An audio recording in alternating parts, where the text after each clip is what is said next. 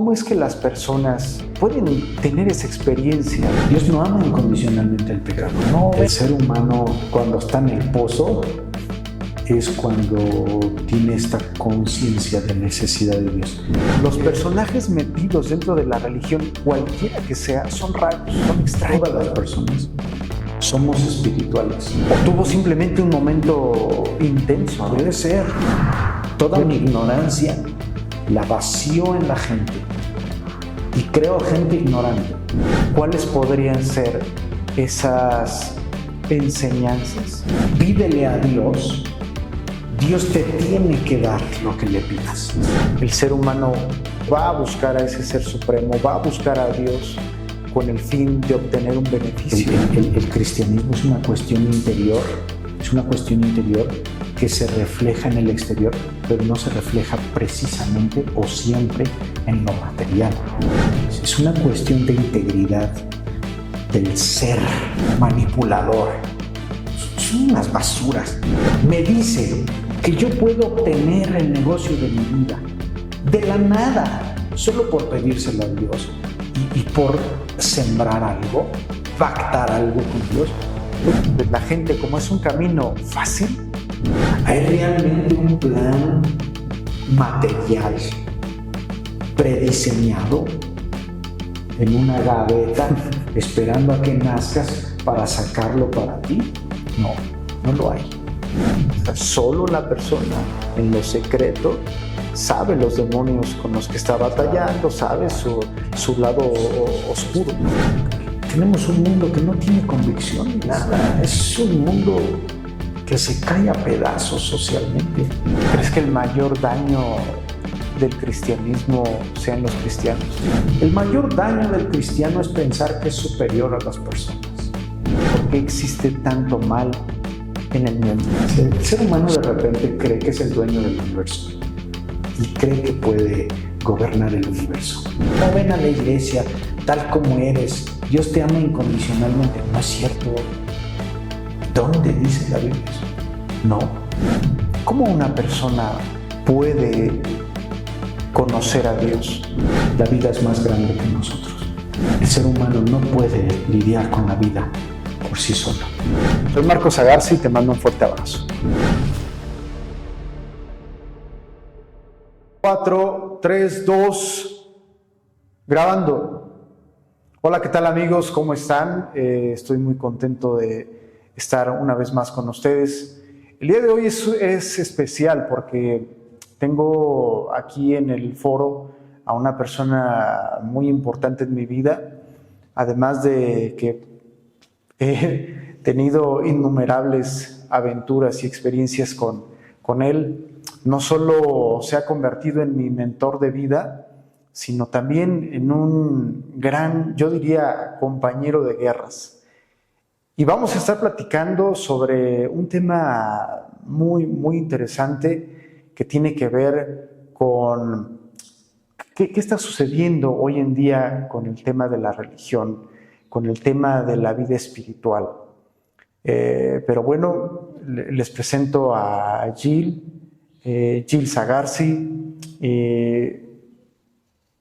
Hermano, antes de empezar, ¿cómo te sientes de estar en esta charla tan face to face, tan cercana, pero a la vez con un poco más de formalidad con estas cámaras? Estaba yo muy tranquilo hasta que hiciste esa descripción. Entonces, contento y esperemos que esta plática salga de lo mejor, porque yo creo que sí es importante apuntar muchas cosas con respecto a nuestro entorno actual. Entonces, estoy contento.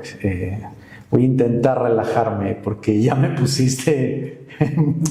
Gil, yo podría presentarte de mil formas. Eres emprendedor. Tenemos el mismo tiempo de emprender juntos, más de 20 años. Actualmente me sorprende porque eres sinodal en la Facultad de Ciencias de la UNAM, la máxima casa de estudios. Y esto lo comento porque pues, eres una persona preparada. ¿Tú cómo te presentarías? ¿Qué le dirías a la gente que no tiene ni idea ni de tu existencia ni de la mía? Pero bueno, ¿cómo te presentarías? ¿Quién es Gil? Hace unos 20 años comencé a practicar fútbol americano y estuve jugando en un equipo que por nombre eran los Guerreros Aztecas. Y creo yo que ese título se convirtió en un referente de mi vida. Entonces, yo me considero eso, ¿no? Un guerrero en la vida, un guerrero en las circunstancias, un guerrero en general.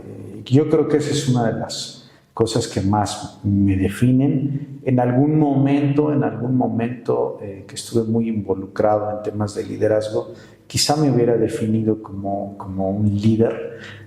La verdad es que ya no me defino como un líder, me defino como un guerrero en general. Sin duda hay momentos que han marcado tu vida para convertirte en lo que hoy eres. Si pudieras decirnos algún momento o varios momentos que han marcado tu vida y que dices, a partir de esto que sucedió, es que hoy soy este guerrero.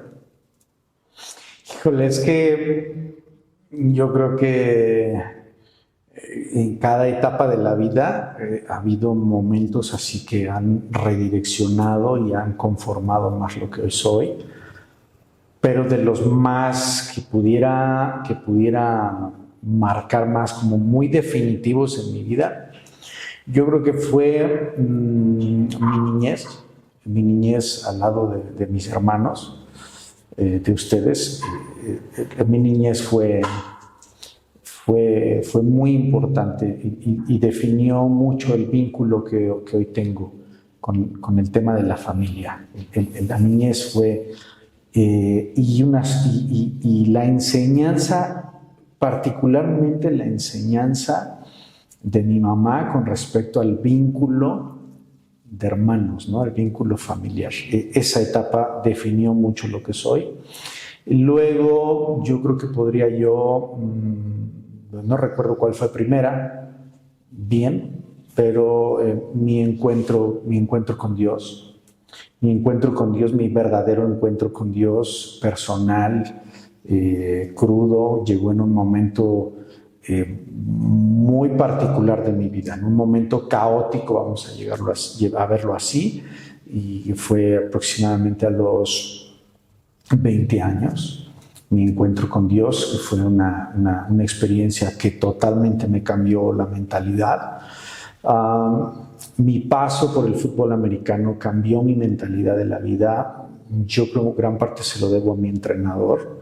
El fútbol americano realmente a mí sí me formó mentalmente.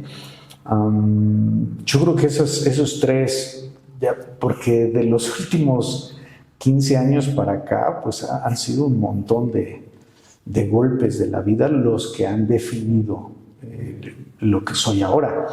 Pero esos tres particularmente, bueno, estoy olvidando uno. Yo estudiaba en una secundaria, ¿tú te acuerdas? Una secundaria rural, telesecundaria, donde el taller que tenía yo era taller de cómo criar conejos, luego el otro taller era cómo criar peces y luego el otro taller era cómo criar gallinas, ¿no? Entonces era literal una secundaria rural.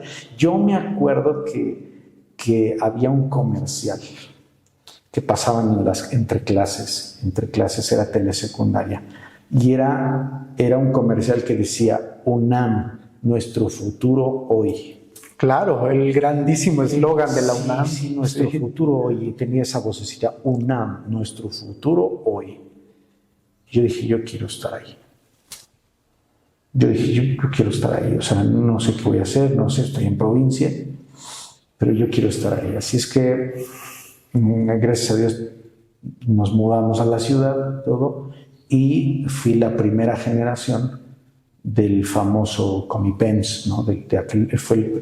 La primera vez que se hizo el examen de Comipens. A mí me tocó esa generación donde te daban una lista de 30 opciones y tú ponías tus opciones y te ibas quedando, que no me quedé en la primera opción, me quedé en la tercera o cuarta opción. Pero yo estratégicamente dije, no, soy muy burro, no me voy a quedar en la primera, voy a poner la UNAM en la cuarta, quinta, sí. Y puse las de la UNAM en la cuarta, quinta y me quedé.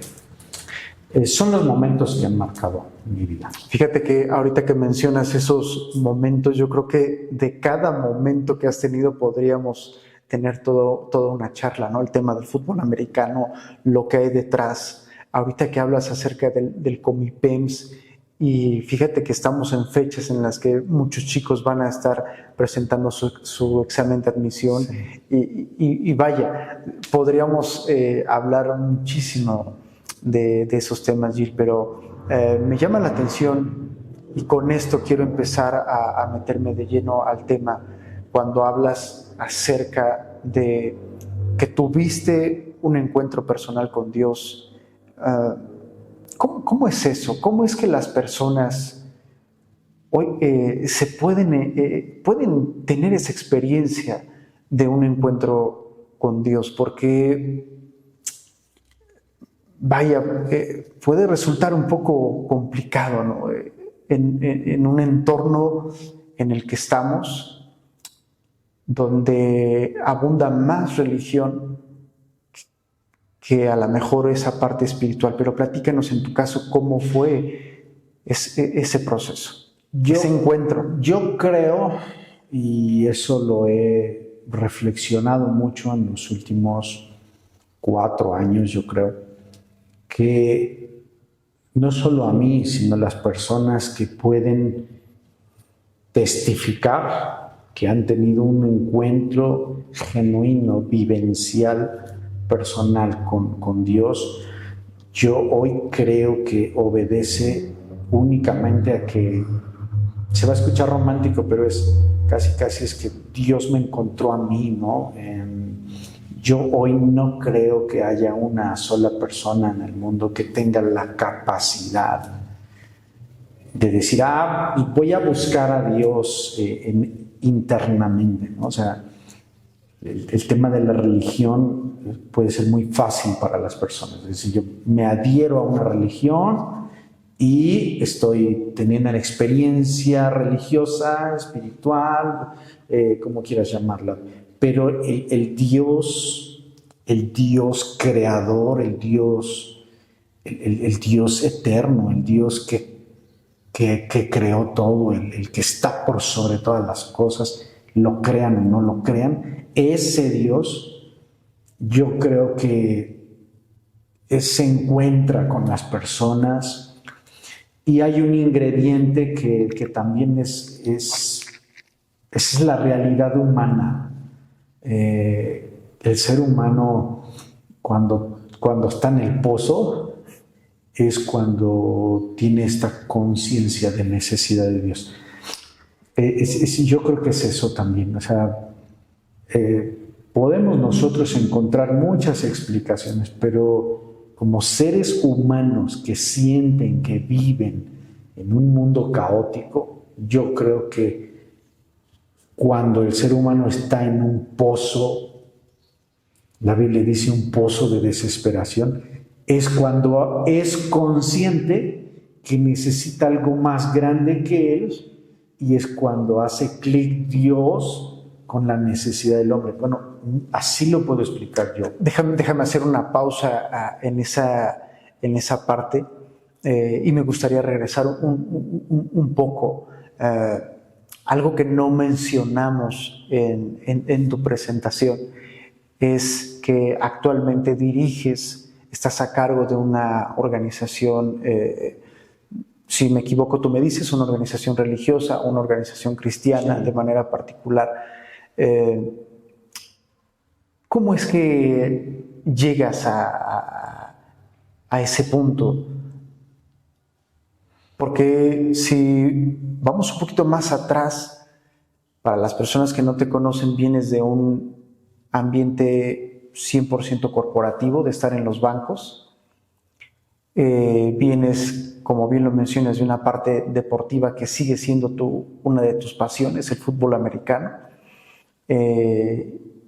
Viene la parte del emprendimiento, la sigues ejerciendo, eres emprendedor, empresario, tienes tus negocios, pero ¿cómo? ¿En qué punto ese estilo de vida que llevas te conduce a iniciar esta organización?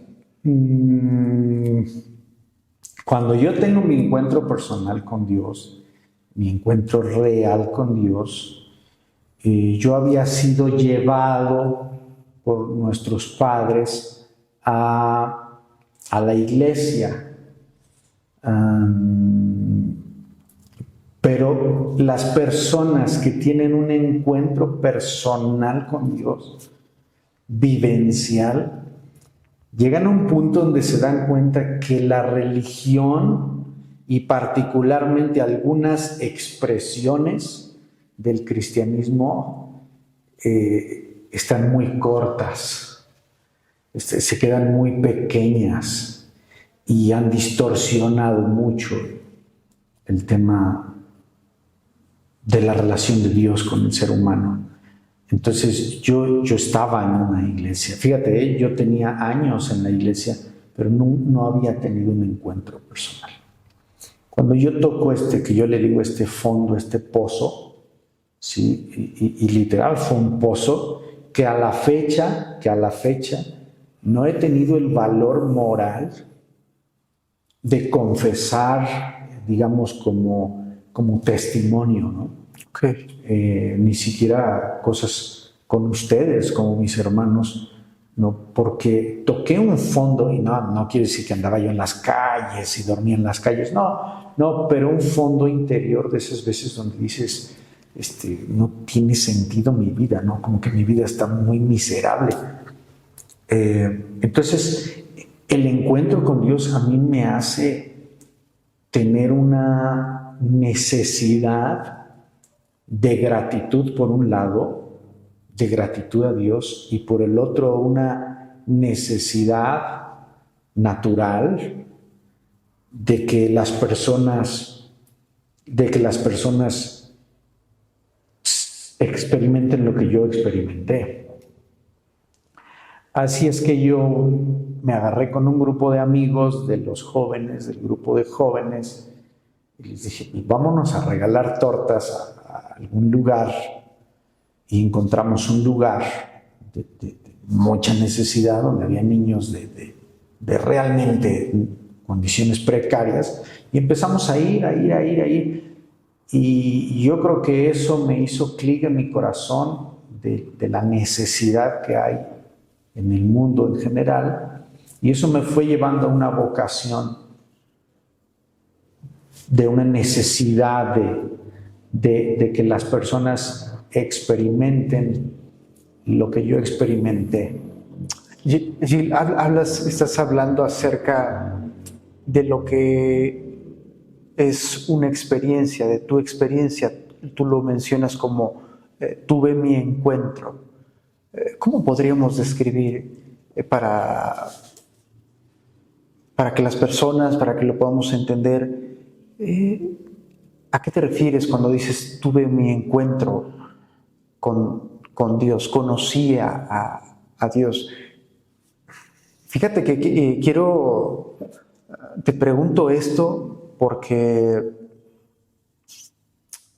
a mí algo que me encanta de tu persona, y esa es una de las cosas por las cuales yo te sigo, esa es una realidad, es porque creo en lo que dices, en lo que haces, pero porque te me haces una persona muy normal. A diferencia desde niños hemos tenido la oportunidad de estar relacionados con gente en el ámbito religioso y son raros, son extraños. Lo vamos a platicar ahorita. Sí. Pero los personajes metidos dentro de la religión, cualquiera que sea, son raros, son extraños, son, no sé, como que llevan una sotana invisible, creyendo que el mundo es de una manera, que el comportamiento debe ser de una manera, pero híjole, no es así. Y algo que tú tienes es que te ves una persona súper genuina, súper natural. Puede uno tener una conversación contigo desde algo muy profundo hasta algo muy estúpido, y nos reímos, etcétera, etcétera. Pero eres una persona, la verdad, muy espiritual. Pero ¿a qué te refieres con ese encuentro del que tú hablas? Es que, bueno, me encantas porque siempre me pones en aprietos. A ver, todas las personas somos espirituales. Todas. El más ateo, el más incrédulo, el más decepcionado de la religión, el más asqueroso pecador, como nosotros los llamamos, ¿sí?, es una persona espiritual. ¿En qué sentido? En que hay una parte de la persona que tiende a la búsqueda espiritual. Sí, en general, todas las personas tienen eso, ese ingrediente. ¿Por qué? No sé, así los hizo Dios. Y el ser humano está conformado así, ¿no? Entonces, ¿qué hace el ser humano en su trayectoria por la vida? Intenta tener significado, ¿no? Tú entras a la primaria, intentas destacar, sacar el diploma para dárselo a tus padres, quieres ser memorable, llegas a la secundaria, quieres ser el guapo que tiene a la novia más guapa de la secundaria, llegas a la prepa, te enamoras de la maestra de inglés o de la de matemáticas o la de la español. El ser humano toda su vida está buscando significado, está buscando ser memorable, hacer algo, ser exitoso, etc. Llegas a toda la vida. Y eso obedece a una necesidad espiritual. Hay un punto donde el ser humano llega a cierto momento donde dices, hay algo que no me llena. Y decir, tuvo un encuentro con Dios, tuvo su encuentro con Dios. Ese es el problema, es que ese es el problema, mira. O tuvo simplemente un momento intenso, ¿no? Puede ser, no sé. Es que ese es el problema y me voy a referir exclusivamente a los cristianos, porque las otras religiones no las conozco mucho. Yo nací católico, fui presentado católico, fui bautizado católico, ¿no? Entonces podríamos decir, soy católico de nacimiento y después conozco solamente el cristianismo, ¿no? Y no que no conozca otras religiones, pero voy a hablar del cristianismo porque represento el cristianismo y soy cristiano. Y ese es el problema de los cristianos, que tú llegas a una iglesia y el de la sotana invisible del que hablas quiere que tú tengas un encuentro con Dios a su manera, ¿sí? Quiere que tengas un encuentro con Dios a su entender y a veces, como él tuvo esa experiencia, si es que la tuvo.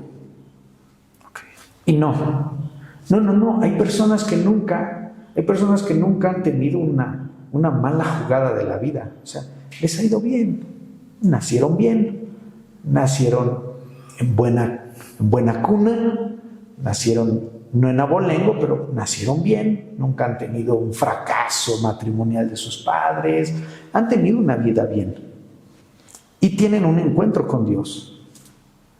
Es decir, sí, el ser humano cuando está en crisis es más consciente, pero eso no implica que todos los seres humanos tienen que ir al pozo más profundo, más oscuro y más lodoso para encontrarse con Dios. Por lo tanto, cada persona va a tener su propia experiencia. Cada persona va a tener su propio encuentro. Lo que sí es que en general todas van a sentir eso, ese descanso interior, esa plenitud. Hay una plenitud que va más allá de los logros o los fracasos de la vida. Es una plenitud muy interna que te da paz, tranquilidad, seguridad. Y es cuando dices, tuve un encuentro con Dios. ¿Será esa parte? Ahorita estaba pensando que muchas personas, hay veces que tienen cierto éxito profesional, una vida buena, pero hay un vacío, ¿no? Hay un vacío que no se llena y constantemente se enfrentan ante ese vacío que no los satisface, que no les llena el dinero, que no les llena su entorno de amistades, su estilo de vida, y siempre está ese hueco, ¿no? ¿Será que quizás por ahí sea ese vacío del que tú estás hablando, esa necesidad de encontrarse? Sí, los ejemplos más claros los tenemos con personalidades muy exitosas, muy famosas, personajes realmente que han impactado al mundo desde sus tenemos un Elvis Presley, tenemos un Robin Williams en el cine, tenemos personajes de esa talla que dices, no les falta nada, lo tienen todo, y de repente se suicidan, ¿no? Si tienen carros, casas, propiedades, dinero, fama, se paran ante millones, los ven millones, los admiran millones, tienen acceso a mujeres, a placeres, empiezan a probar drogas, y siguen vacíos. Entonces, yo creo que son los ejemplos que más nos pueden hacer entender esa parte de vacío. Bien, Gil, mencionabas hace un momento la parte en la que los líderes de las religiones a veces quieren enseñarte sobre una forma y lo hacen como una ley de cómo debes conocer a Dios. Tú que estás muy cercano al cristianismo, pero también que lo puedes ver desde afuera, desde las diferentes áreas en las que te estás moviendo, ¿cómo observas la forma en la que hoy en día se está enseñando acerca de Dios?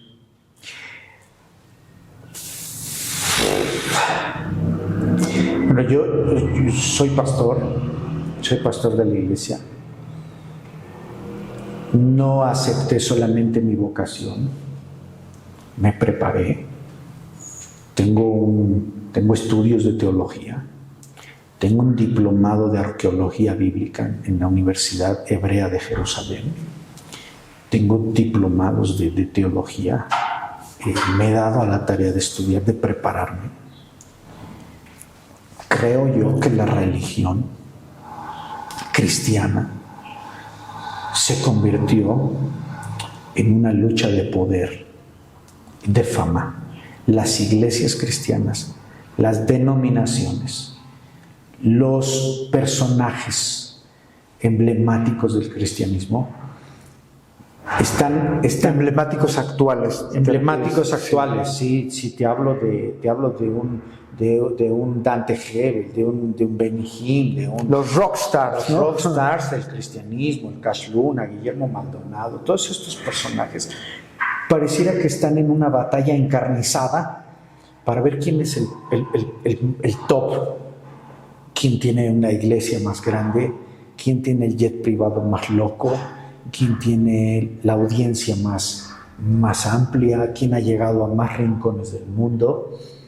Y la religión cristiana se convirtió en esta búsqueda de la posición y del poder, y dejó de ser esta parte en donde simplemente le mostramos a la gente, la Biblia dice, un camino más excelente.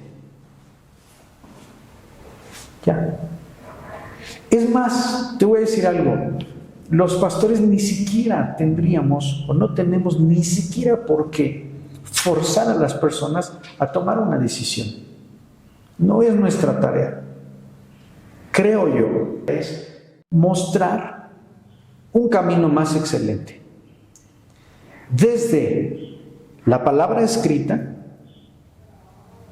y desde mi experiencia. O sea, yo soy esta persona, así es como fui transformado, y aquí está la palabra escrita. Aquí está, toma decisión. Obviamente te trato de enseñar, si tú estás abierto, yo te enseño, te guío, te muestro qué significa esto, por qué pasó esto, pero todo lleva a esto aquí está la invitación. Nada más. No hay una búsqueda enfermiza de acumular gente, de afiliar gente, porque no es un partido político, ¿ves? Mi tarea es, como te decía yo hace rato, yo tuve una experiencia muy vívida. Yo creo que fue Dios, me encontró, así lo defino yo. Otros lo pueden definir diferente. Personalmente yo digo, a mí me encontró y me ayudó a encontrarme con Él. Y después, con la palabra escrita que me ayuda a entender más esa experiencia, yo quisiera que por lo menos los que me rodean tengan esa experiencia. Punto. Fin de la historia. ¿En qué momento es que ese a lo mejor deseo genuino que hay en las comunidades cristianas, en las comunidades religiosas, cambia, pasa a un switch diferente y empieza a pasar todo lo contrario? ¿Qué es la forma en la que se está enseñando? Es la misma gente que a lo mejor no nos damos cuenta, pero es la que quiere ese tipo de enseñanza. ¿Qué pasa? ¿Cómo se da ese cambio? Es que son muchas cosas. Creo que el ser humano, por naturaleza, disfruta el poder, quiere el poder. Y el poder es rico, sabe rico el poder. Y ser un líder de iglesia para muchos representa poder. Sí, el estar a cargo de gente, el influir en la gente, sin duda te da... Por supuesto. Y te voy a decir algo, te voy a confesar algo así, ya que estamos en coro. A mí me da miedo, porque me conozco. A mí me da miedo el poder. Y yo he llegado a pensar que mi trinchera es tan cerrada, tan hermética, tan chiquita, por la misma razón. A mí me da miedo el poder. Y como me da miedo el poder, a mí me gusta navegar con esta bandera de soy Gil. Es que no soy nada, o sea, es que somos personas. Si me equivoco, vivo en el mundo, tengo que trabajar para alimentarme, tengo que buscar la chuleta, me equivoco, cometo errores y soy una persona. Y yo trato de vivir con esa premisa, ¿no? O sea, es que no soy nada, o sea. Y yo le he dicho a la iglesia, la de Mejores Familias, les he dicho, es que soy persona, soy igual que ustedes, con otra función, nada más, pero soy una persona. Creo yo que hay una mezcla entre esa debilidad hacia el poder, una muy mala para los cristianos, digo los que vayan a escuchar esto, para los cristianos se supone que la premisa es la Biblia. Por lo tanto, el cristiano tendría que basar su enseñanza, su pensamiento, su filosofía, su manera de vivir, todo basado en la Biblia, en la enseñanza de la Biblia. Y hoy en día, y lo vivo cuando voy a otras iglesias, cuando visito otros pastores, lo vivo, no predican, no enseñan la Biblia. Es más, no conocen la Biblia. Y eso se traduce a que toda mi ignorancia la vacío en la gente y creo gente ignorante. Entonces tenemos el elemento de esa debilidad al poder, tenemos una ignorancia brutal de lo que es el cristianismo y luego tenemos otra debilidad que es la necesidad de la gente que está en busca de algo y entonces estos tipos, aprovechándose de eso, arman una cosa que da vergüenza, ¿no? ¿Cuáles son, si pudieras dar unos ejemplos, cuáles podrían ser esas enseñanzas que hoy en día son top, se están enseñando constantemente y que están siendo aceptadas y que al final no corresponden a la esencia de lo que es la enseñanza bíblica? Voy a tratar de mencionar unas 2 o 3 que son las que creo que le han hecho más daño, muchísimo más daño a todo el entorno y toda la gente cristiana, tanto cristiana cultural como cristiana. Una de estas enseñanzas es pídele a Dios, porque como eres hijo de Dios, Dios te tiene que dar lo que le pidas. Entonces pídele a Dios, pídele con fe, te dicen. Y la gente se mete en una dinámica de pedir con fe.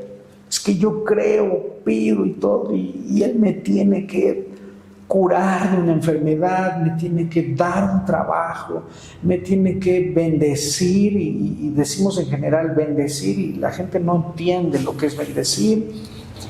Y esta es una enseñanza que le ha hecho mucho daño a las personas que llegan a la iglesia en busca de algo tangible, sea un trabajo, sea la salud física, sea un milagro, sea una profesión, al grado de que hay gente que dice, dame un esposo, dame una esposa. Entonces esa es una. Entonces, la verdad es que la vida tiene sus altibajos. Hay gente que se enferma, hay gente que muere, hay gente que fracasa, hay gente que triunfa, y así es la vida. Entonces, enseñarle esta burbuja a la gente cristiana es un daño. Oye, y ahí perdón que te... Y no quiere decir que no existan los milagros, pero por eso se llaman milagros, ¿no? Porque ocurren, nosotros decimos, ocurren cuando Dios quiere que ocurran, pero no es una regla obligada. Oye, Gil, desde ese punto de vista, desde ese comentario que nos das, al final yo creo que no solo el cristianismo, la mayoría de las religiones tienen esa parte, ¿no? En donde el ser humano va a la religión o va a buscar a ese ser supremo, va a buscar a Dios con el fin de obtener un beneficio. Y lo que tú me estás diciendo es que no necesariamente lo va a obtener. No, hay personas que son cristianas de corazón toda su vida y nunca tuvieron la casa lujosa, nunca tuvieron una empresa, nunca tuvieron una chequera llena. Es decir, siguen viviendo una vida. El cristianismo es una cuestión interior, que se refleja en el exterior, pero no se refleja precisamente o siempre en lo material. Es una cuestión de integridad del ser, de la persona, ¿no? Tenemos estas enseñanzas que ya están más dañadas, donde, oye, ven, es el principio de la siembra. Oye, ven, siembra para que Dios te dé, ¿no? Pacta con Dios porque Dios te tiene que dar. Y que tiene mucho auge, ¿no? En esa necesidad de las personas de obtener. Sí, claro. Sí, la gente quiere, por eso te decía, las personas tienen una necesidad de realización. Entonces, yo tengo una necesidad de realización. A mí un tipo, un miserable, manipulador, son unas basuras, pero me calmo. Entonces, me dice que yo puedo obtener el negocio de mi vida de la nada, solo por pedírselo a Dios y por sembrar algo, pactar algo con Dios. Oye, la gente va porque quiere esa transformación. Es un poco este discurso del multinivel, ¿no? Del negocio multinivel. No, y en general, o sea, porque fíjate, ahorita que lo mencionas de esa forma, ¿cuántos se anuncian prometiendo que te vas a hacer millonario con cierto tipo de negocio, con una pequeña inversión, y que de la noche a la mañana puedes tener el negocio de tu vida, puedes hacerte millonario? Y pues la gente, como es un camino fácil. Caso de las criptos. Claro. Que es muy fresco, Sí. ¿no? Milei sale y dice, oigan, ¿alguien quiere invertir criptos? Pues es un negocio, ¿no? No funciona. Pues no funciona y la gente quiere encontrar un culpable. Es lo mismo, es el multinivel. Oye, trabaja 2 horas de tu vida y te vas a hacer millonario, vas a ser dueño de tu tiempo, dueño de tu bolsa, dueño de tu cartera, y solamente con 2 horas diarias vendiendo este producto de multinivel, ya. Es lo mismo en el cristianismo. Claro. Llegan unos tipos, unos vivales que viven de a jefes, viven como jefes. Y dicen, hey, siembren, pacten, porque Dios les tiene que dar. Ha dañado mucho a la gente, ha dañado mucho a las personas. Otra de las cosas que ha dañado mucho a los cristianos es esta idea del plan de Dios para tu vida. Ok. Sí, Es que eso es algo que constantemente Dios suena. tiene un plan para tu vida, Dios tiene un plan para tu vida. Y las personas que son un poquito más pensantes preguntan, ¿y cuál es ese plan? No, pues es un plan de bendición, es un plan bueno. Ajá, pero ¿cuál es ese plan? ¿Hay realmente un plan material prediseñado en una gaveta esperando a que nazcas para sacarlo para ti? No, no lo hay. Al menos no es una enseñanza bíblica. Eso le va a volar la cabeza a muchas personas, porque eso es algo que... Eso me va a provocar. Sí, porque hemos crecido, la gente ha crecido con esa frase que dice que Dios fue tiene un desde plan. que antes que nacieras ya estaba Sí, trazado tu camino. sí. Pero nunca habla del camino material. Nunca habla no hay un pasaje en la Biblia doctrinal así específico que te diga, es que Dios quería que tú fueras médico, entonces Él desde antes decidió por ti que ibas a ser médico. No funciona así la vida. La vida, según la Biblia, funciona cada uno será responsable, y lo dice la Biblia, de sus propios pecados. Decisiones. El que trabaja, que coma, dijo Pablo en Romanos. El que no trabaja, que no coma. El libro de Proverbios dice que el que se queda en su casa rascándose la panza no va a tener bienes.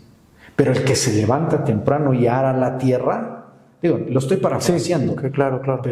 pero nunca habla de que Dios tenía una gaveta en la eternidad, sacó un expediente y dijo, Gil va a ser actuario y le va a ir de la patada, pero después se va a recuperar. Va a tener estos fracasos y después va a tener una maravillosa esposa. No. Ese no es el plan de Dios. La entrevista no es una enseñanza de teología ni de la Biblia, ¿no?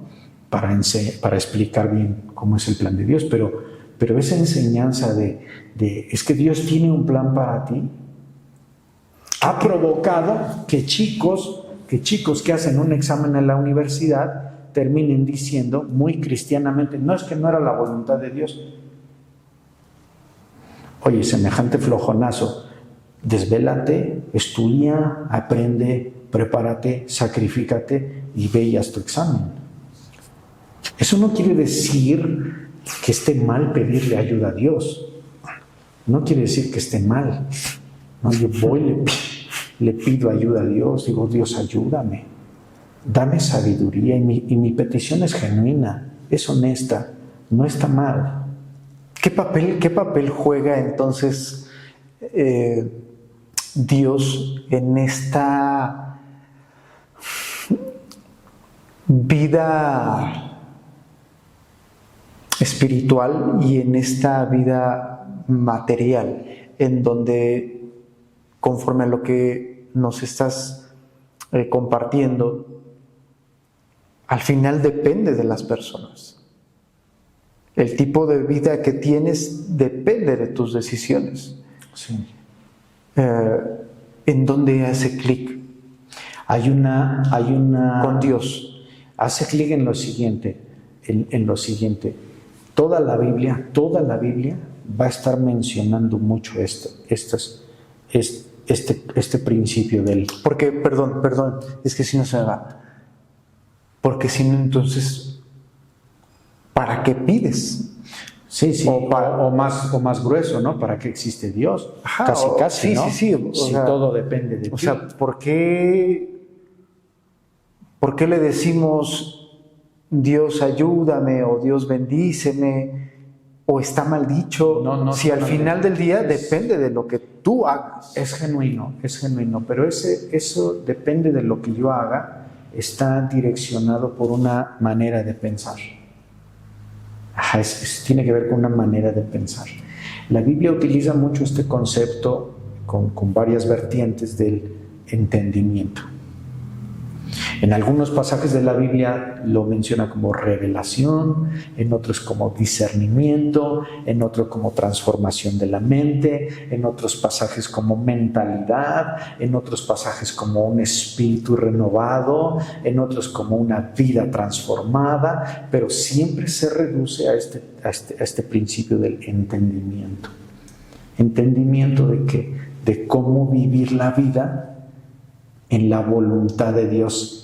Y esa voluntad de Dios es cómo vivir la vida de acuerdo a los principios de Dios que te van a beneficiar a ti para poder sobrevivir o vivir plenamente en esta vida. Espero no salirme un poco del tema, pero me surge esta duda. ¿Qué beneficios tiene una persona que decide creer en Dios? Y la parte contraria, la persona que decide no creer.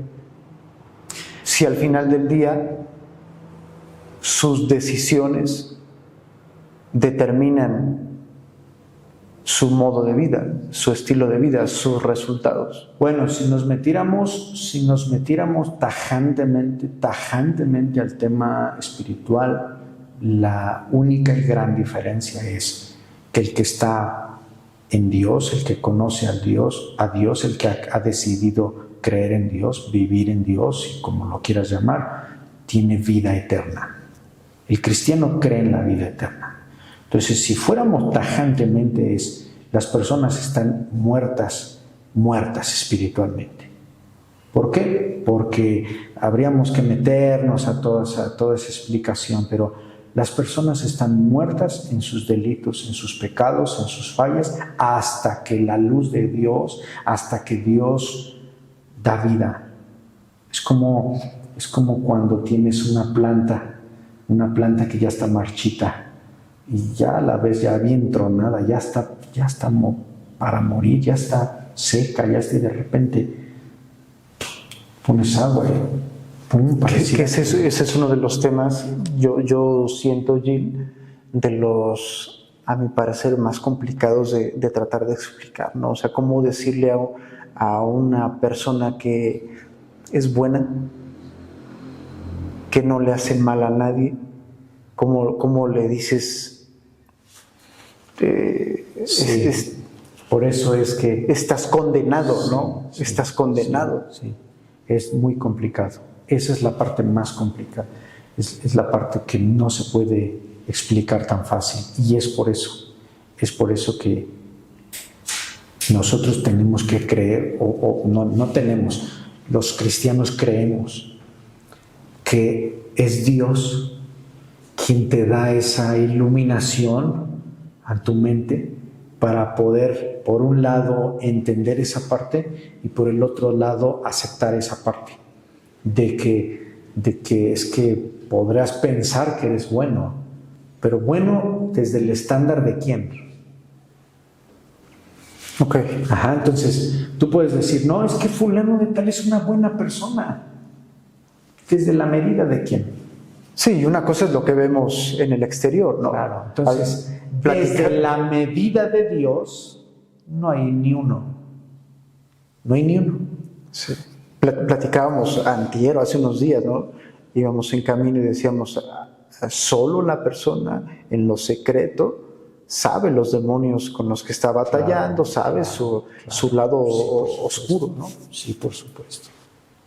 Y volvemos al punto, ¿quién soy yo? Soy una persona con demonios, ¿no?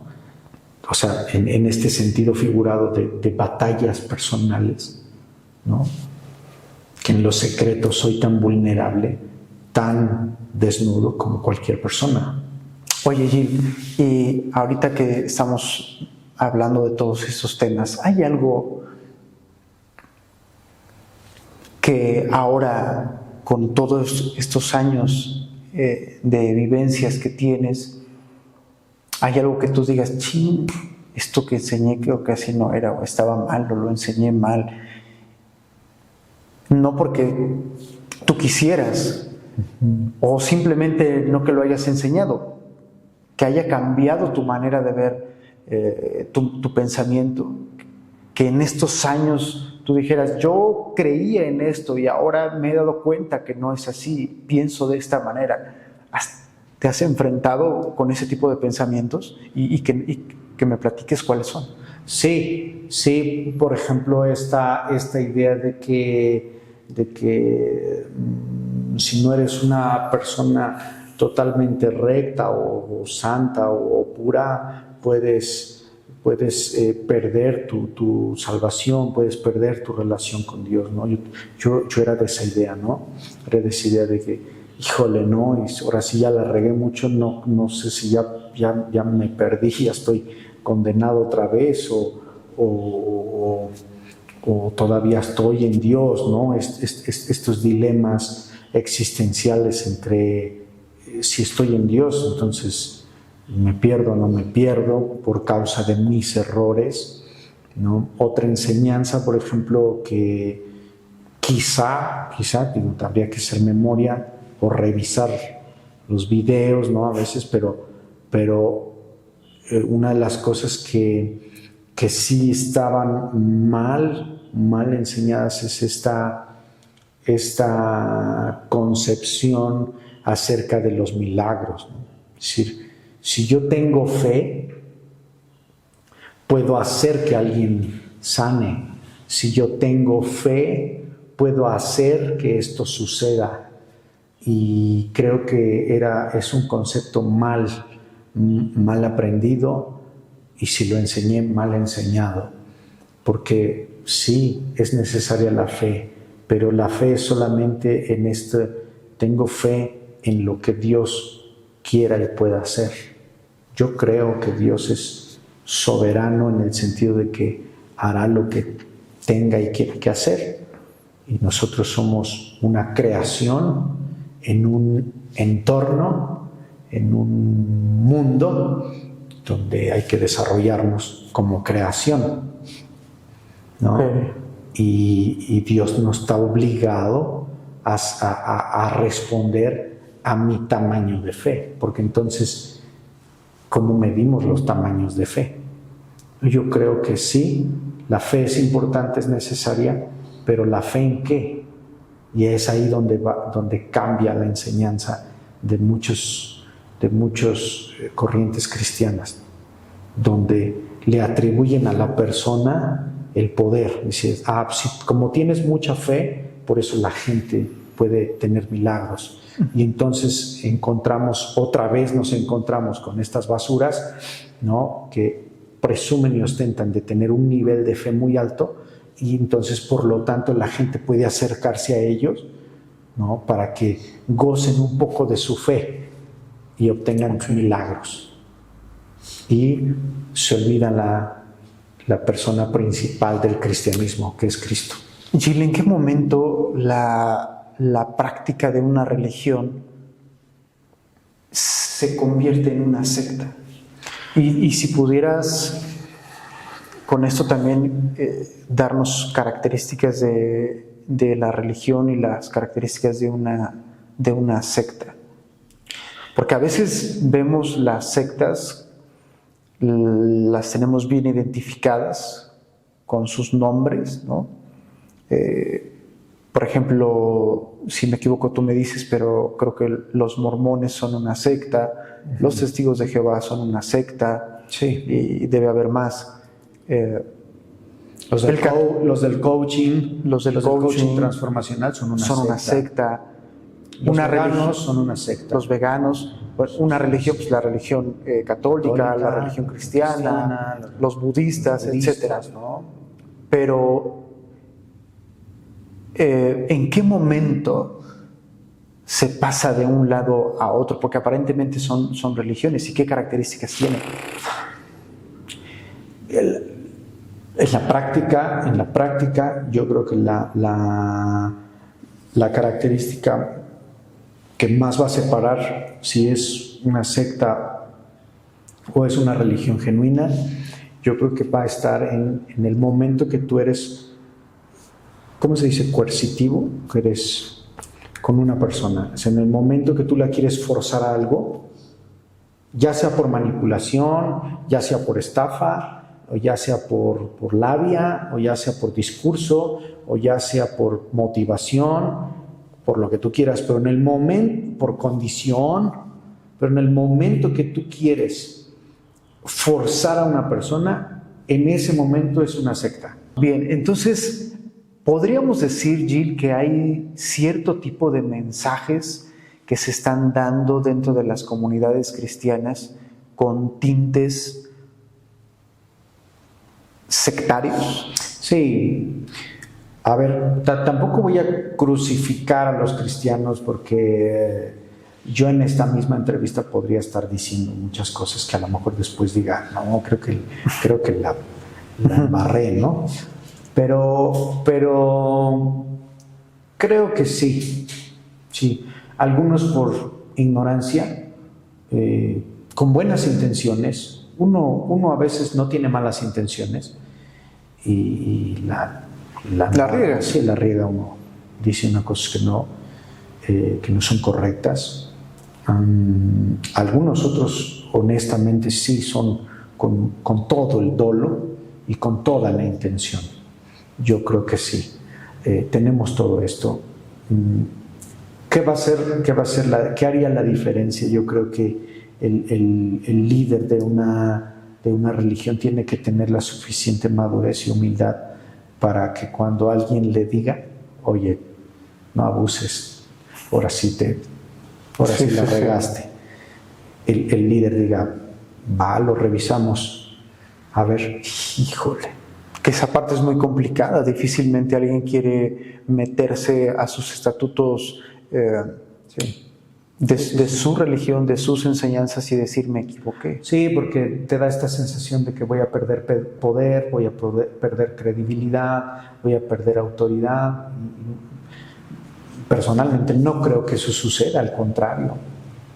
Al contrario, yo quiero ser recordado, quiero ser para las personas que me rodean alguien que impactó o que marcó, imprimió algo en sus vidas por mi integridad.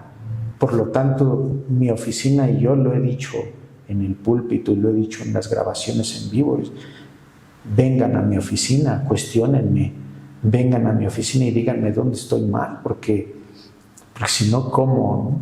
Oye, sí, Gil,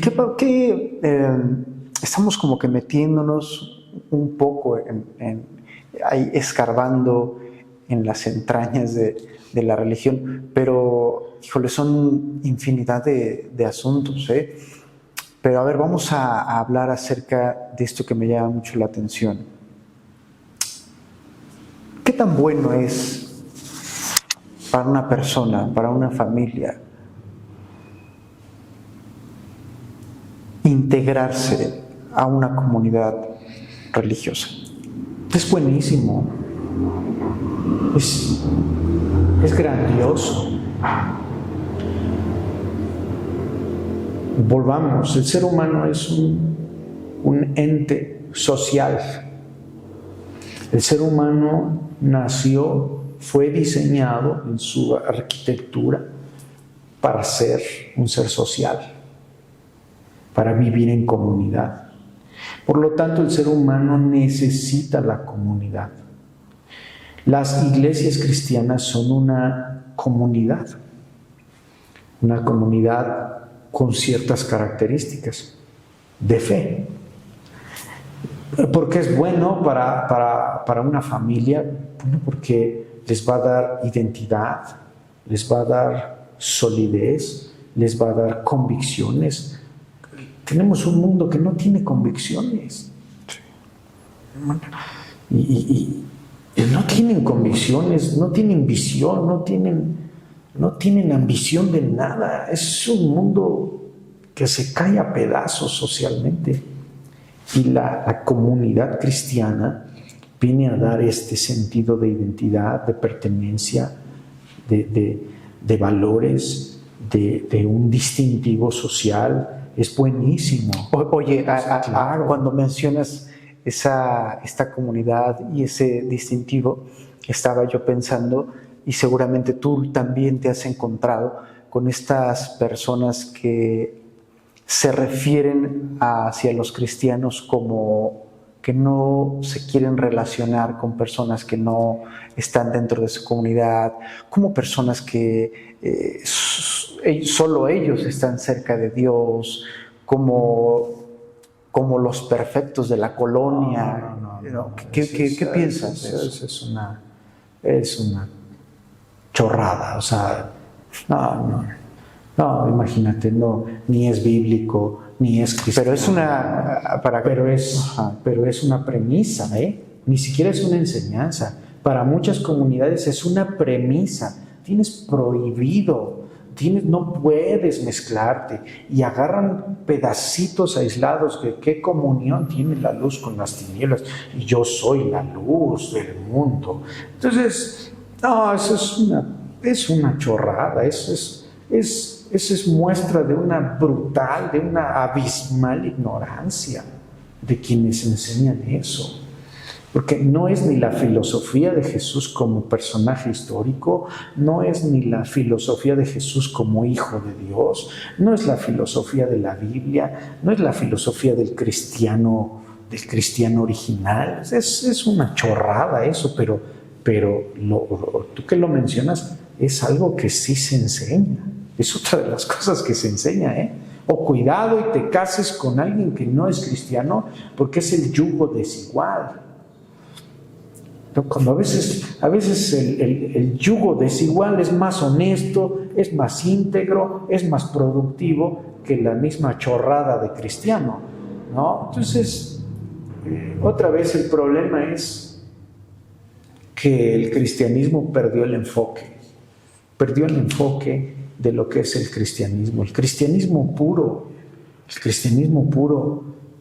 se sienta con los pecadores, convive con los pecadores, abraza a los pecadores, ama a los pecadores. El cristiano original, por así decirlo, es que Jesús se sentaba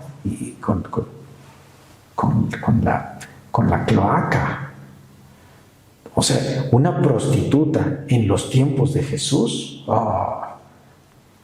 y él se sentaba con ellos, ¿no? Entonces, esta chorrada del yugo desigual, mal enseñado, y no, qué comunión la luz, no, ¿Crees que es una ignorancia total. ¿Crees que el mayor daño del cristianismo sean los cristianos? El mayor daño del cristiano es pensar que es superior a las personas. El cristiano no es nada. No es nada. es una persona común. ¿Cuál es la diferencia? Que ha depositado todo eso en nada en la persona de Cristo. Y lo que pase ahora con esta persona depende totalmente de su confianza, de su esperanza, de su ancla en Cristo. No, el cristianismo, el problema del cristianismo original son los cristianos. Pero no los cristianos de la grey, de la plebe, de la congregación. Porque, como te digo, o sea, las personas llegamos en busca de algo. No, es culpa de los líderes, de los que se autonombran apóstoles, profetas, iluminados. Son unas basuras, dan asco. A mí, yo soy muy apasionado. Tú sabes que yo me apasiono y no me callas. Y a mí me dan asco. Y yo he dicho, ojalá un día tenga la oportunidad de sentarme en un debate con ellos y decirles, oye, das asco. No por lo que eres como persona, porque mereces respeto, sino por lo que finges ser. ¿No? El mundo necesita gente íntegra, gente normal, que intenta vivir una vida agarrado de Dios, ¿no? Y que la va a regar, la va a embarrar muchas veces, pero esa diferencia pero tiene un refugio a donde ir para desahogar su chorrada. Entonces, el cristianismo es extraño. Gil, tengo unas preguntas que son como dudas generales que considero existen en las personas y que tienen que ver con la parte de dudas existenciales acerca de Dios, de cómo funciona, cómo piensa. Cada persona tendrá su forma de responderlas, pero me gustaría conocer tu opinión acerca de este tema, porque creo que son dudas que todo mundo en algún momento de su vida se las hace. Y la primera pregunta es esta: si Dios existe, ¿por qué existe tanto mal en el mundo? Sí, a ver, paréntesis. Lo que yo piense es no, porque caeríamos en este relativismo, ¿no? De si mi opinión tiene algún valor. Pero yo creo que la opinión de la Biblia sí puede ser central. Okay. La creas o no la creas, ¿no? La percibas o no la percibas, o la malinterpretes o no. Entonces, mi opinión podría ser también una chorrada. Pero la Biblia nos muestra que Dios no creó el mal, definitivamente. Pero ¿cómo podrías tú conocer la satisfacción de ser salvado si nunca has sido esclavizado? ¿Cómo podrías saber tú que algo es que la sal te quita lo picoso si nunca te has enchilado? Es decir, hay cosas que son necesarias, yo creo, para poder mirar, en el caso de Dios, algunas cualidades de su persona que si el mal no existiera, no podríamos conocer. Sí, ¿cómo podríamos conocer, Gil? ¿Cómo pudo haber conocido la misericordia de Dios si yo hubiera sido una persona que no conoció el mal y que no conoció el piso, que no conoció el fondo? Hay cualidades, y tú me dirías, no, pero qué injusto, ¿no? O sea, qué arbitrarios. No, no es arbitrario, o sea, es que es la vida. Es justo eso te quería decir, porque quizás muchos también nos podríamos preguntar, bueno, entonces Dios permite el mal para que a través del mal terminen acercándose a Él. Sí, muchos ateos dirían, no, que soberbio Dios, ¿no? Ajá. Que soberbio Dios, que tiene que jugar con el mundo. Exacto, sí, para mostrar sus caprichosos atributos. No precisamente, no precisamente. Aunque si lo hiciera, ¿qué? Él es el creador. Nos cuesta, perdón Gino, nos cuesta mucho trabajo sí. como seres humanos entender que, o sea, nuestro ego es a veces tan grande que nos hace cuestionar desde el hecho de decir, tú bien lo acabas de mencionar, bueno, y si Dios así lo quiere, pues qué, pero ¿por qué nos hace tanto shock eso, no? Yo te voy a poner un ejemplo bien práctico, bien práctico. Aquella frase entre los del medio, ¿no? Que decimos, no produzcas. Sí. Es una frase común, ¿no? En el medio. Épale, no produzcas. Sí. ¿Por qué? Porque tú eres el productor. Y como tú eres el productor, tú tienes una idea de cómo se va a ver, de cómo va a estar el cuadro, de cómo va a ser la fotografía, de cómo va a ser la iluminación. Tú tienes una idea del producto terminado. O sea, cuando tú estás produciendo un programa de televisión, tú estás pensando en cómo se va a ver en la tele. Y por lo tanto, de repente, cuando un floor manager o cuando un asistente de cables te dice, oye, ¿y si le haces aquí? Entonces tú volteas y le dices, vale, no produzcas. ¿No? El ser humano por naturaleza tiene un ego muy grande. El ser humano pierde esta relación de su lugar en el universo. Ok. El ser humano de repente cree que es el dueño del universo y cree que puede gobernar el universo. No, es que vamos a frenar el calentamiento global. ¿Cuál calentamiento global? No me vengan con eso. ¿Y la era de hielo entonces qué fue? Sí. Y si fuera así, la pregunta es, ¿realmente podría frenarlo, detenerlo? El ser humano pierde la noción de su lugar en el universo. Yo no creo que un caracol, sí, le pase eso. El caracol sabe su lugar en el universo y sabe su papel que juega. Sí, si hoy lo aplastas, ¿qué? ¿A propósito o no a propósito? Sí. O sea, al final, el ser humano tiene el ego. No lo había pensado de esa forma. El ser humano tiene el ego razón. Muy grande.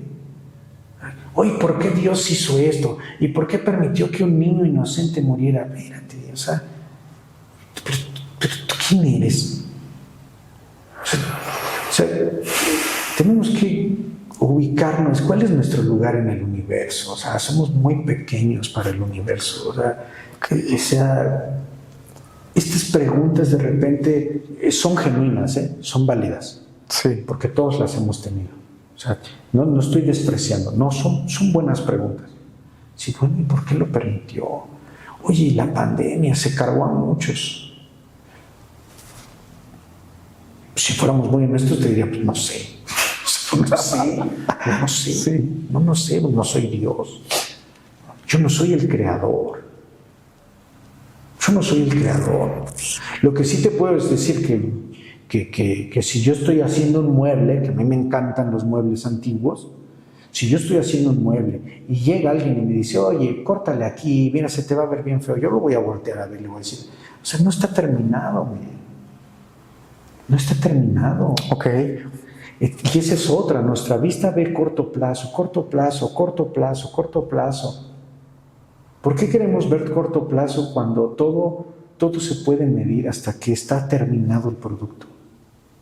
¿Cómo sabes tú que ese bebé que perdieron los padres de manera fortuita, de manera injusta, si tú quieres, cómo sabes que en el futuro fue lo que los mantuvo unidos como matrimonio? ¿Tú qué sabes de la vida? ¿Tú qué sabes? Nosotros jugamos a ser dioses y jugamos a gobernar el universo. Tú no sabes cómo se mueven las piezas. No sabes. ¿Cuándo vas a ver hasta el producto terminado? ¿Cuándo sería el producto terminado? Sí, no sé. Qué injusto. Sí. Oye, qué injusto. Tú que le echas ganas a la escuela. Tú que te esfuerzas, eres inteligente. Qué injusto que no tengas para estudiar. Qué injusto que tengas que trabajar. Qué injusto que tu papá sea un alcohólico. Y aquel, mira, no sabe valorar. ¿Tú qué sabes? Que esas cosas son las que te van a formar y van a hacer de ti en el futuro una persona fuerte, inquebrantable. Entonces, yo creo que pues no sé, pero lo que sí sé es que hay muchas cualidades que tú vas a conocer de una persona solamente conociendo el lado opuesto. Yo no voy a saber qué tan noble eres tú hasta que haya una situación adversa que te exponga a la nobleza. Yo no voy a saber qué tan grande es el amor de Dios hasta que haya una situación como mi miseria en donde Dios diga, ya, pobre de ti. Y es cuando yo digo, wow, realmente el amor de Dios es así. Uf. ¿No? Qué fuerte. Jill, siguiente pregunta. ¿Se puede buscar una vida espiritual lejos de las comunidades religiosas? Sí, paulatinamente. No creo. O sea, no creo. Yo no creo que la Biblia se haya equivocado. Yo no creo que Dios se haya equivocado al escribir la Biblia.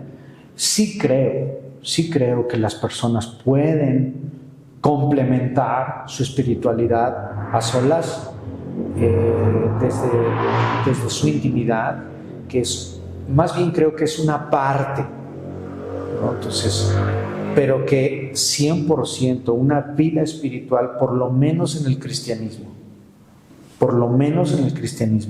en el cristianismo original, genuino, el de la Biblia, no creo por muchas razones, porque soy un ser social, porque soy un ser humano que necesito ver para creer y por lo tanto necesito el aliento, el apoyo, la amistad, la relación de otras personas en la misma condición que yo o en otra condición que yo, que me animen, me ayuden, etcétera. Yo creo que la comunidad religiosa existe por una razón y que obedece a cumplir un propósito en la vida espiritual. No creo que el 100% una persona pueda tener una vida plena espiritualmente sin la comunidad. Ok, bien. Jill, a ver, siguiente pregunta que aquí tenemos. ¿Por qué la religión ha sido tan represiva con temas relacionados a la sexualidad y de manera muy particular con lo que tiene que ver con la diversidad de género? Bueno, sí. Plasmado, digamos, a lo mejor más claro, ¿por qué la religión cristiana se opone a los temas, por ejemplo, de homosexualidad, aborto, este tipo de asuntos? Bueno, yo creo que la iglesia cristiana de repente también ha sido falta de empatía, porque así como se opone al aborto, que se debe de oponer. ¿Por qué? Porque es asesinato, y el asesinato en la Biblia está penado. O sea, se debe oponer. ¿Por qué? Por convicción, por principio y por cultura bíblica. O sea, se debe oponer. Se debe oponer a la homosexualidad, se debe oponer. ¿Sí? ¿Por qué? Porque bíblicamente está en contra de Dios, ¿no? Podríamos explicar todo eso, ¿no? Pero desde el punto de vista estrictamente religioso y espiritual, se tendría que oponer. Ahora, también se tiene que oponer a la mentira, también se tiene que oponer a la manipulación, también se tiene que oponer al adulterio, también se tiene que oponer a un montón de cosas que... Lo que hablábamos, los vendehumos, los vendehumos, a la hipocresía, al odio, a la falta de perdón, porque según la Biblia es lo mismo. Una persona que aborta es lo mismo, es el mismo pecado que una persona que asesina, es el mismo pecado que una persona que viola, es el mismo pecado que una persona que no da el cambio completo porque se lo robó. Eso está tremendo, ¿no, Gil? Eso está tremendo. Pero bíblicamente, así quítate la investidura. ¿Cómo ves eso? ¿Cómo ves eso? Está imposible. Está muy cañón, ¿no? Está imposible. Está imposible porque ¿cómo vivimos con eso? En la mañana es muy probable que tuve un mal pensamiento. Es un pecado del tamaño de que si fuera yo un violador. Ojo, en la perspectiva de Dios. Yo puedo decir, no, pero pues fíjate, hace más daño un violador porque toma niños, porque, bueno, eso crees tú. En la perspectiva de Dios, un mentiroso, un hipócrita, un falso, es igual que un asesino. Entonces tú me preguntas, oye, como persona, no manches, ¿cómo ves eso? No, pues está de la patada. Es imposible. Pero ¿cómo logras aceptarlo? Sí, o sea, yo te digo, es una brutalidad.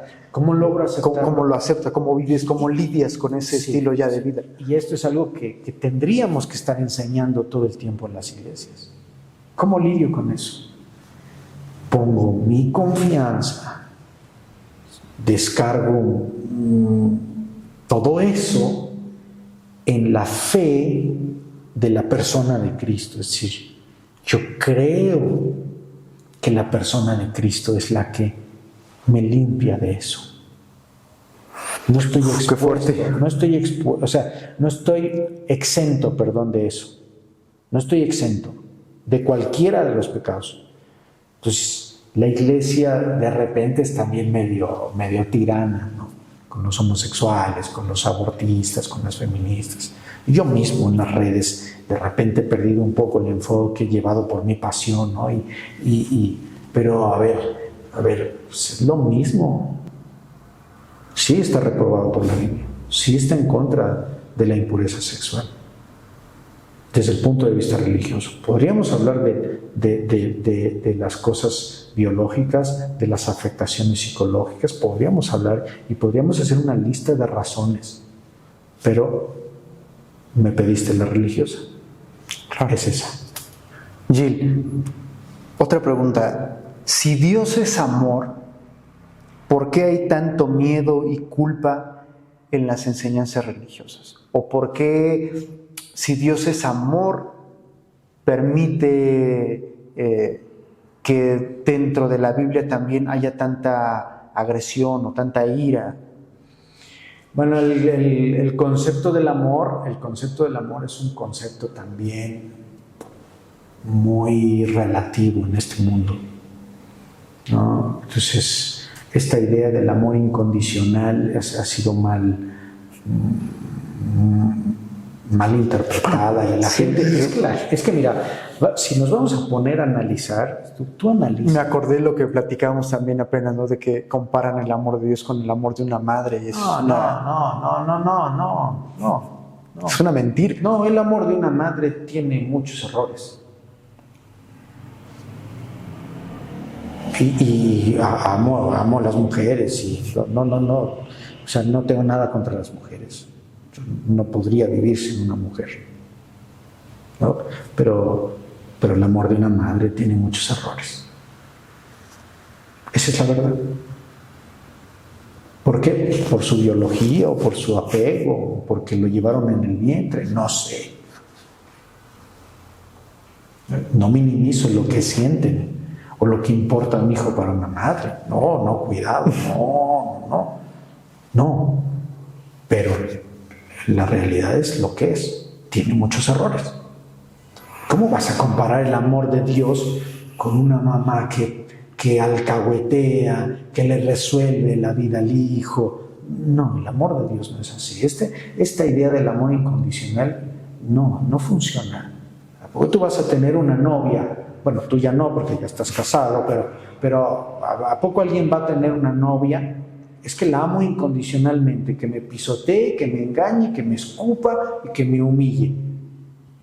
No seamos románticos de ese tamaño, ¿no? O sea, no. Entonces, ¿por qué el amor tendría que ser incondicional?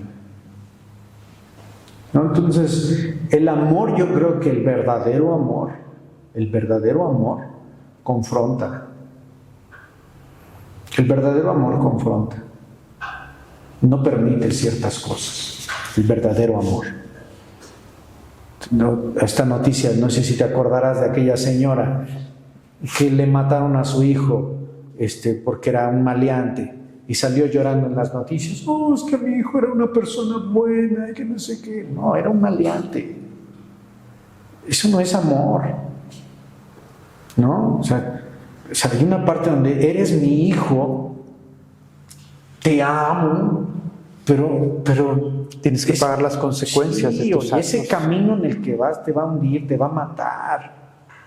Y además hay un punto donde eres responsable de tus actos. Eso no quita el amor de Dios.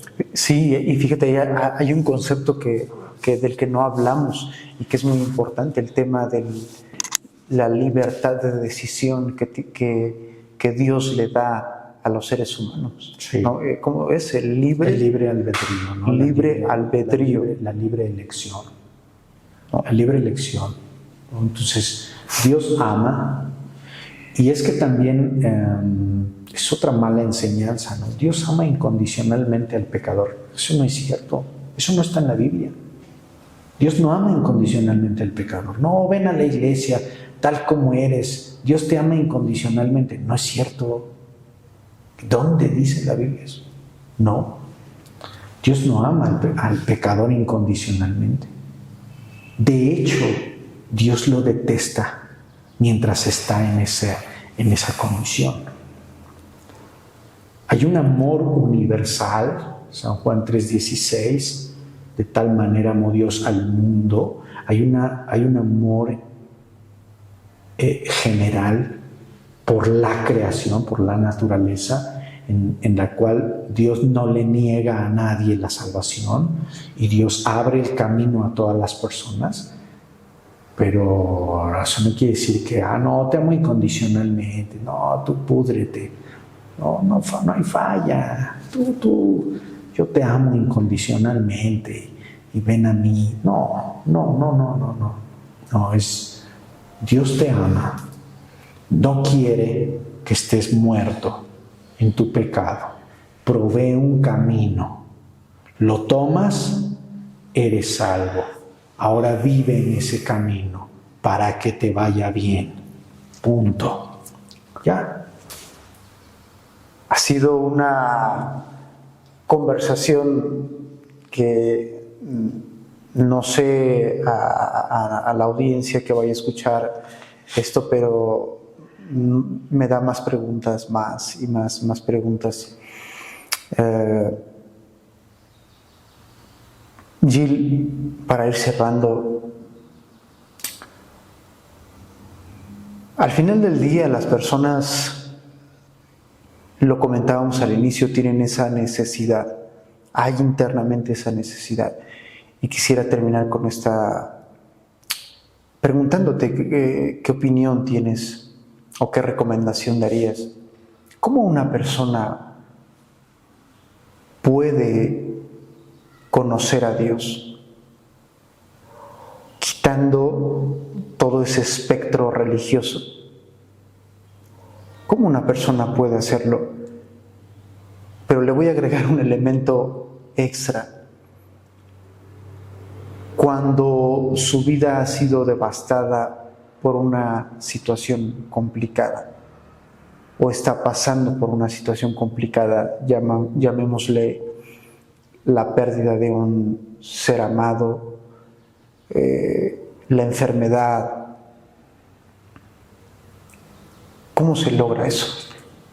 Bueno, esta es la parte donde por convicción yo tengo que invitar a las personas a conocer a Dios. Yo creo que hay una realidad. La vida es más grande que nosotros. Es más grande que nosotros. Tú podrás resolver muchas cosas de la vida porque has vivido en ella, porque has aprendido a conocer algunas cosas de la vida, y es como cualquier cosa que se adapta, podrás manejar algunas cosas de la vida. En general, la vida es más grande que la persona. La vida es más grande. Por lo tanto, para lidiar con la vida, necesitas algo más grande que la vida. Esa sería la justificación. Sí, el ser humano no puede lidiar con la vida por sí solo. Lidiará parcialmente con algunas cosas, pero en general no puede lidiar con la vida, porque la vida es más grande que tú. Ahora, ¿cómo hacerlo? Es que no hay fórmulas. Dios está en todo el universo. Está aquí, está en Japón, está en África, está en el basurero, está en el penthouse del director general, del CEO, está en todos lados. Yo creo que hay dos cosas de cómo acercarse a Dios o en un inicio, sin intermediarios, y es: desnúdate, sé honesto y habla con Dios desde la honestidad. O sea, hay que aprender a hablar con Dios desde la honestidad. Hey Dios, soy Gil, esto es lo que soy. Estoy harto de esto, estoy cansado de esto, estoy destruido emocionalmente por esto, perdí a alguien, fracasé en esto y estoy derribado. Este soy yo. ¿Hay algo que tú puedas hacer por mí? Esas pláticas honestas, pero en serio honestas. No estos esquemas de rezo, de oración, primero haz esto, luego di esto, y que se convierten en un ritual, ¿no? Santísimo Padre. No. Estas pláticas honestas de Dios. Estoy enojado. Me quitaste, dijo alguien, me quitaste a mi madre. Cuando estaba viva nunca la pelaba, ¿no? Pero dijo: Dios, me quitaste a mi madre. Injusto. Es una plática honesta. Ahora dile: ¿hay algo que tú podrías hacer por mí? Y la segunda es: descárguense una Biblia, la que sea, descárguense una Biblia en su celular o cómprense una, y ahí van a encontrar a Dios. ¿Cómo lo explico? No sé. Quizás no van a entender muchas cosas, pero sé que ahí está Dios. Esas dos cosas yo diría. Lo demás ya vendrá después. Gracias. Me pasó a mí. Fue lo que me pasó a mí. Estaba yo a la mitad de la autopista, 2, 3 de la mañana, solo, sin dinero, sin amigos, y ese fue mi fondo. Y ahí en esa autopista, a mitad de la autopista, a mitad de la noche, es donde yo dije: oye, ¿qué onda, no? O sea, ¿si eres real o eres puro choro? O sea, a mí me han dicho desde hace años que eres real, me han llevado a la iglesia, pero no veo claro. Desde mis ojos yo no veo claro. O sea, ¿eres real? Y si eres real, pues ¿qué onda, no? O sea, encuéntrate conmigo, no atraviésate. Por eso yo uso mucho esa frase, que Dios se atraviesa en tu vida. Porque así lo interpreté yo. Pues yo le dije: oye, pues atraviésate en mi vida, no seas gacho, ¿no? Esto es un asco. Después de eso vino el tema de algo ha de haber aquí, esa es su palabra, Él está aquí, y lo demás es historia.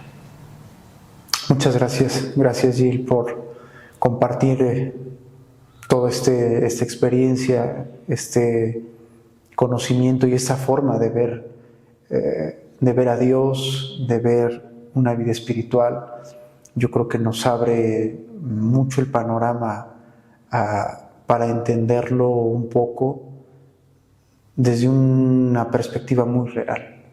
Surgen muchas preguntas, ojalá después tengamos otra chance de volver a platicar. Muchas gracias, gracias por estar, por tu tiempo y por siempre enseñarme. Muchas gracias. Nada, gracias. Soy Marcos Agarza y te mando un fuerte abrazo.